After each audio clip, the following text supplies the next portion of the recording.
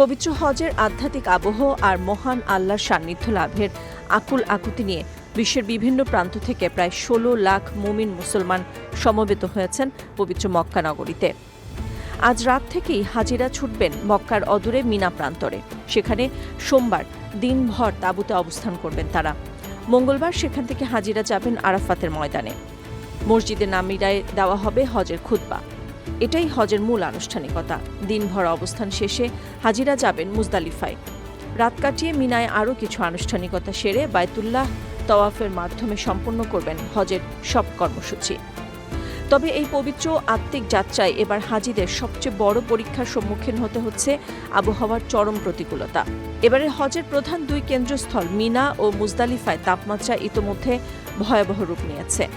Saudi আরবের হজ ও ওমরা মন্ত্রণালয়ের তথ্য অনুযায়ী বর্তমানে মিনা ও মুজদালিফায় তাপমাত্রা ৪৮ ডিগ্রি সেলসিয়াসে পৌঁছেছে। তবে জনস্বাস্থ্য ও আবহাওয়া বিশ্লেষকদের মতে বাতাসে গতিবেগ যদি সীমিত থাকে তবে দুপুরের তীব্রতায় এই অনুভূতি ৫০ ডিগ্রি সেলসিয়াস পর্যন্ত স্পর্শ করতে পারে। হাজিদের নিরাপত্তা নিশ্চিত করতে সৌদি হজ ও ওমরা মন্ত্রণালয় একটি জরুরি সতর্কবার্তা জারি করেছে। হাজিদের সরাসরি সূর্যের আলো এড়িয়ে চলতে হবে। গত কয়েক বছর ধরে একটি ভবিষ্যৎবাণী ছিল ২০২৫ সালই হবে শেষ গ্রীষ্মকালীন হজ। সেই পূর্বাভাস অনুযায়ী ২০২৬ সাল থেকে হজ বসন্তকালে অনুষ্ঠিত হওয়ার কথা এবং আবহাওয়া শীতল আমেজ থাকার কথা।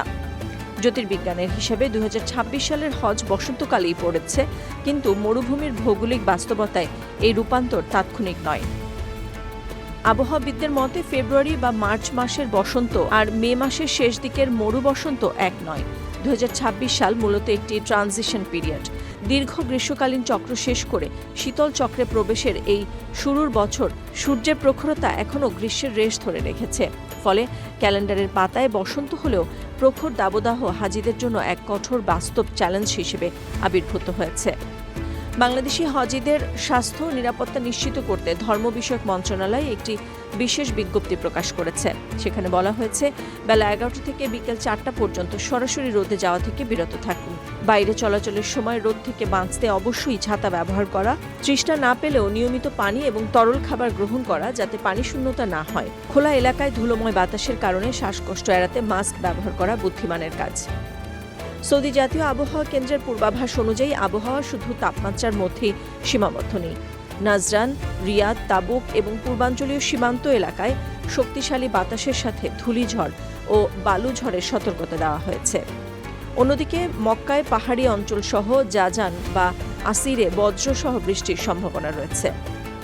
এবারে হজের কষ্টকর আবহাওয়া সত্ত্বেও দীর্ঘমেয়াদী দৃষ্টিতে হাজিদের জন্য একটি অত্যন্ত আশাব্যঞ্জক সুসংবাদ রয়েছে। ২০২৬ সাল মূলত একটি দীর্ঘ ২৫ বছরের শীতল চক্রের প্রবেশদ্বার। সৌদি আরবের ঋতুভিত্তিক চক্র অনুযায়ী আগামী বছরগুলো অর্থাৎ ২০২৭ থেকে ২০৪৯ সাল পর্যন্ত হজের সময়গুলো হবে বসন্ত, শীত ও শরৎকাল। ২০৫০ সালে পুনরায় হজ গ্রীষ্মকালীন চক্রে ফিরে যাবে। ১৬ লাখ হাজির এই বিশাল সমাবেশ আধ্যাত্মিক আত্মনিবেদনের পাশাপাশি শারীরিক সুস্থতা রক্ষা করাই এখন সবচেয়ে বড় ইবাদত। হজের এই পবিত্র সফরে ধৈর্য ও সহনশীলতার পাশাপাশি বৈজ্ঞানিক ও প্রশাসনিক সতর্কবার্তা মেনে চলা অপরিহার্য।